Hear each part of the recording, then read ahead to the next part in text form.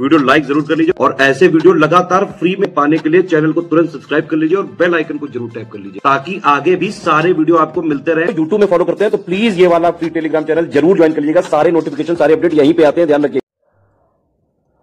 नमस्कार साथियों, स्वागत है आप सभी का स्टडी फॉर सिविल सर्विसेज में। आज हम बात करेंगे जो आरओ का एग्ज़ाम हुआ था 2021 में, उसमें जीएस का एनालिसिस क्या है, जीएस को हमें कैसे तैयार करना है, 140 अंक का जो पेपर होता है उसमें क्या चीज़ कितनी पूछी जाती है। आज हम इस विषय के बारे में बात करेंगे। तो मैंने एक प्रॉपर जो है इसके लिए एक डेटा तैयार किया है, शायद आपको यहाँ दिखाई दे, शायद दिखाई ना भी दे क्योंकि शायद अच्छे से नहीं दिखेगा, इसलिए मैं आपको ये बोल करके एक्सप्लेन सारा का सारा कर दूंगा, ठीक है।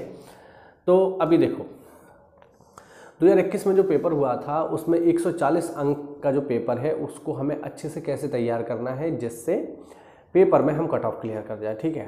देखिए परीक्षा में आपके ज्ञान की परीक्षा तो होती है, ऑब्वियस बात है, लेकिन वहाँ पर आप कितने ज्ञानी हैं ये नहीं देखा जाता। वहाँ पर ये देखा जाता है कि आपका प्रेजेंस ऑफ माइंड कितना है और एग्ज़ाम को कैसे क्वालिफाई करना है, बस इम्पॉर्टेंट चीज़ ये है।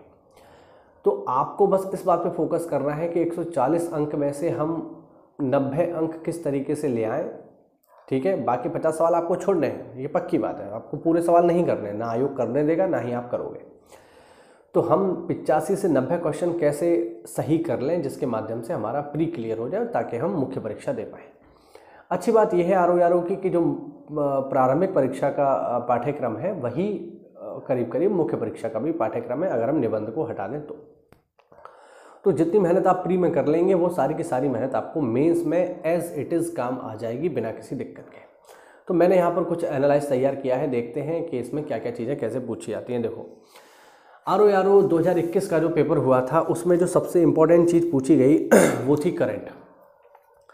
करंट के सबसे ज़्यादा क्वेश्चन आए। कितने क्वेश्चन आए? 20 सवाल आए। 20 सवाल आए थे करंट अफेयर से। और साथियों विश्वास मानिएगा, ये 20 के 20 सवाल हो सकते हैं, आप भी कर सकते हो, कोई भी कर सकता है। क्यों हो सकते हैं? क्योंकि ये 20 के 20 सवालों के जो टॉपिक हैं ये फिक्स हैं, ये बिल्कुल फिक्स हैं, इसमें कोई दिक्कत वाली बात आपको कहीं भी नहीं आएगी। क्योंकि इनमें देखिए जैसे क्या है कि जैसे 20 सवाल आने हैं करंट के, उनमें टॉपिक बिल्कुल फिक्स है।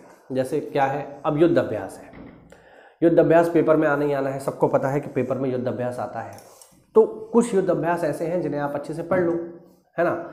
साल में आप अगर उठा के देखोगे तो मैं समझता हूँ 10 से 12 युद्ध अभ्यास होते हैं जो हर साल होते हैं, और वही लगभग घूम फिर के वही पूछता है। जैसे कुछ फेमस मैं आपको बताता हूँ, जैसे मालाबार है। अब मालाबार जो एक्सरसाइज है ये क्वाड कंट्रीज़ के बीच होता है।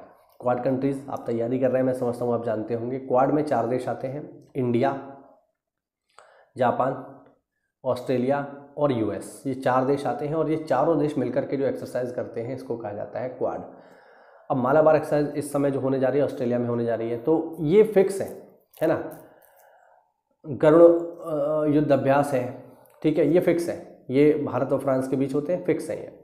अब इनमें होगा क्या कि जैसे आप इन्हें 2-4 बार पढ़ोगे। जैसे एक होता है कॉर्पेट एक्सरसाइज होती है भारत और इंडोनेशिया के बीच में, कॉर्पोरेट पेट्रोलिंग करके इसका फुल फॉर्म है। तो इनमें आप देखोगे ये फिक्स है, जैसे एक बार पढ़ोगे आप, 2 बार पढ़ोगे, 3 बार पढ़ोगे तो धीरे धीरे आपको याद हो जाएंगे। अब पेपर में एक सवाल इनसे आना है, फिक्स बात है, तो अगर आप इन्हें पढ़ लो तो आपका सही हो जाएगा, ठीक है। अंतर्राष्ट्रीय जो सम्मेलन है, जैसे G20 इंडिया में हुआ है, अब G20 से पेपर में 100 और 100% सवाल आएगा, ये मैं आपको अभी बता रहा हूँ।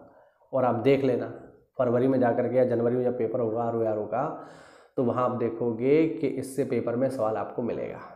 अब कोई पागल ही होगा, कोई मूर्ख ही होगा जो G20 को तैयार ना करे, क्योंकि एक तो इंडिया में हुआ है और दूसरा G20 अब G21 हो चुका है, अफ्रीका यूनियन शामिल हो गया। तो यहाँ से पेपर में सवाल आना है, करंट अफेयर का क्वेश्चन है, आएगा ही आएगा। बस आपको क्या है, तैयार करना है, पढ़ना भर है। आपने पढ़ लिया, आपका एक क्वेश्चन पक्का है। तो करंट अफेयर के टॉपिक निश्चित है, कौन कौन जो है किसको क्या पुरस्कार मिल गया। अभी नोबेल दिए गए कल परसों, मतलब घोषणा हुई है, दिए तो नहीं गए हैं। अब फिजिक्स में, केमिस्ट्री में, है ना, बायो में, ये सब में मिलते हैं। शांति के क्षेत्र में, तो शांति के क्षेत्र में ईरान की एक महिला है, उसको मिला है। अब ये पेपर में कितना इंपॉर्टेंट क्वेश्चन है, बिल्कुल पूछ लेगा कि किस महिला को मिला है, किस क्षेत्र में काम करती थी जिसके लिए उन्हें ये मिला है। तो ये पेपर में आने वाले क्वेश्चन है। तो करंट अफेयर को आप अच्छे से अगर तैयार कर लो तो आपके 20 में से 20 तो खैर नहीं, लेकिन हाँ 17-18 आप आसानी से सही कर ले जाओगे। और दूसरा बात ये भी है कि इसमें कोई आपसे आगे या पीछे नहीं होता है। कि कोई आदमी मान लो 4 साल से तैयारी कर रहा है तो बहुत होशियार है करंट अफेयर में, ऐसा नहीं है।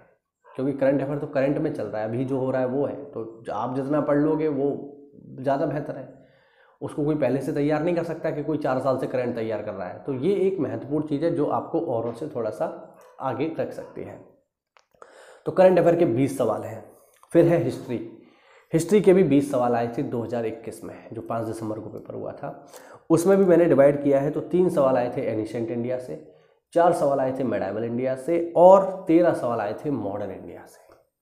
यानी अगर आप इसको ध्यान दोगे तो आप पाओगे कि अगर आप एक बार को हम लेके चलें, एक बार को अगर आप एनिशिएंट इंडिया के मेन टॉपिक पढ़ लो, मैं ये नहीं कह रहा हूँ छोड़ दो, लेकिन मेन टॉपिक पढ़ लो। जैसे मेन टॉपिक में क्या है, मेन टॉपिक में आप पढ़ लो इंडस वैली सिविलाइजेशन के बेसिक फैक्ट, ठीक है, किसने खोज की, कहाँ खोज की, कौन सा इंडस वैली साइट कहाँ पर है, धौलावीरा कहाँ पर है, राखी गढ़ी कहाँ पर है, किसने खोज करी, क्या क्या मिला है, इतना पढ़ लो। जैन धर्म, बौद्ध धर्म के बेसिक फैक्ट पढ़ लो, शिक्षाएं पढ़ लो, महात्मा बुद्ध का जन्म कहाँ हुआ, अष्टांगिक मार्ग क्या है, ठीक है, या उनके त्रिरत्न क्या है, और पंचशील सिद्धांत क्या है, ये बेसिक बात है, या बौद्ध संगीतियाँ, इनको पढ़ लो, मिल जाएगा। जैन धर्म के बारे में बेसिक सिद्धांत पढ़ लो, महावीर स्वामी के बेसिक सिद्धांत क्या है, ठीक है, संलेखना पद्धति क्या होती है, गहराई में नहीं जाना है, बेसिक ही पढ़ लो। थोड़ा बहुत मेडाइवल इंडिया पढ़ लो। मेडाइवल इंडिया को आप एक बार छोड़ भी दें कोई दिक्कत वाली बात नहीं है, काम चल जाएगा। बट मॉडर्न इंडिया आपको अच्छे से पढ़ना है, क्योंकि 13 सवाल आएंगे और आप अगर अच्छे से पढ़ ले जाओ तो 13 में से 9-10 तो आसानी से कर ले जाओगे, नहीं कर ले जाओगे। तो हिस्ट्री में अगर आप इन दोनों सब्जेक्ट को केवल ऊपर से ही बस बेसिक स्टडी कर लो और मॉडर्न इंडिया को अच्छे से पढ़ लो, तो आपके नंबर ज़्यादा हो सकते हैं, नंबर पक्के हो सकते हैं। अब 20 सवाल में से 13 सवाल तो अकेले मॉडर्न इंडिया से पूछ रहा है, तो आपको इंडिकेशन मिल रहा है ना कि आपको तैयारी कहाँ से करनी है, कैसे करनी है। अगला सब्जेक्ट है ज्योग्राफी। ज्योग्राफी से 2021 में आए थे 15 सवाल। इन 15 सवालों में भी साथियों 8 सवाल आए थे वर्ल्ड ज्योग्राफी से और 7 सवाल आए थे इंडियन ज्योग्राफी से, ठीक है। तो ये तो करीब करीब बराबरी की बात है। इंडियन ज्योग्राफी में भी आपको अच्छे से पढ़ना पड़ेगा और वर्ल्ड ज्योग्राफी भी अच्छे से पढ़ना पड़ेगा। इस बार 2021 में कम थे, लेकिन बिल्कुल 2023 वाले में जो है हो सकता है कि सवाल अच्छे पूछे जाएँ ज्योग्राफी के, क्योंकि आते हैं। और कुछ चीज़ें तो जैसे फेमस हैं जो आर के एग्ज़ाम में पूछता है, जैसे विश्व के प्रमुख उद्योग स्थल, जैसे कटलरी के लिए कौन सा देश फेमस है, कहाँ पर जो है जहाज़ों का काम होता है, ठीक है, कहाँ पर जो है आपकी वाइन का काम ज़्यादा है, कहाँ पर मांस का काम ज़्यादा होता है। ये शहर जो है जो विश्व में फेमस है उनसे सवाल आता है, ठीक है। उद्योगों के लिए कौन सी जगह फेमस है, यारों के फेमस सवाल है जो उनमें पूछे जाते हैं, ठीक है। विश्व की नदियों के किनारे कौन कौन से देश हैं, अभी जैसे यूक्रेन के साथ चल रहा है, यूक्रेन और रूस का इतना मारामारी चल रही है, तो सबको पता है यूक्रेन की राजधानी क्या है, कीव। लेकिन बहुत से लोगों को ये नहीं पता होगा कि कीव जो है किस नदी के किनारे पर है।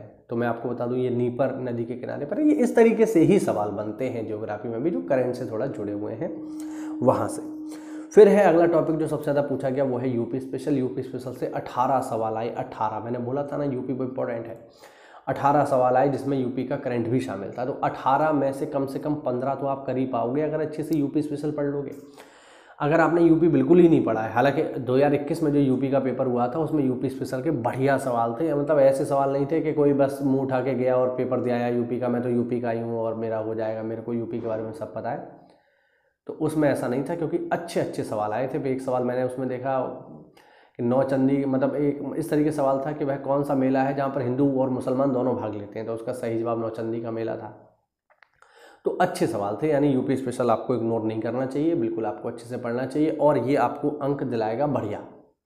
18 में से ज़्यादा नहीं तो 15 तक आप बड़ी आसानी से नंबर ला सकते हो। और फिर है इसमें एक ऐसा टॉपिक जिसमें आप पूरे में से पूरे नंबर ला सकते हो, और वो है रीजनिंग। रीजनिंग 2021 में 12 अंक की आई थी साथी, और विश्वास मानना रीजनिंग में आपको अलग से कुछ नहीं पढ़ना है, केवल आरओ के प्रीवियस ईयर पेपर लगा लेना। और दूसरा सीसेट में जो रीजनिंग के क्वेश्चन पूछे जाते हैं यूपीपीएससी में, उसके आप क्वेश्चन लगा लेना जो पीसीएस में पूछे जाते हैं, बस उसी से ही सवाल आ जाएगा, उससे बाहर और कुछ भी नहीं जाएगा। और आप आरओ की तैयारी कर रहे हो यार, तो इतना तो आप में बुद्धि होगी ही कि रीजनिंग के बेसिक सवाल कर लो। अब इतना भी नहीं आता तो फिर दिक्कत वाली बात है भाई। रीजनिंग तो देखो बेसिक चीज़ है, आप कोई ये बहाना नहीं लगा सकता कि अरे मैं तो आर्ट बैकग्राउंड से हूँ, मैंने मैथ नहीं पढ़ा तो मेरे को रीजनिंग नहीं आता। तो ये सब चीज़ें बेकार हैं, बकवास है, इनका कोई मतलब नहीं है। अगला सब्जेक्ट जो पूछा गया था 9 नंबर में, वो है विज्ञान, जिसमें 4 अंक का पूछा गया आपका फिजिक्स, 1 अंक का पूछा गया केमिस्ट्री और 4 नंबर का पूछा गया बायोलॉजी।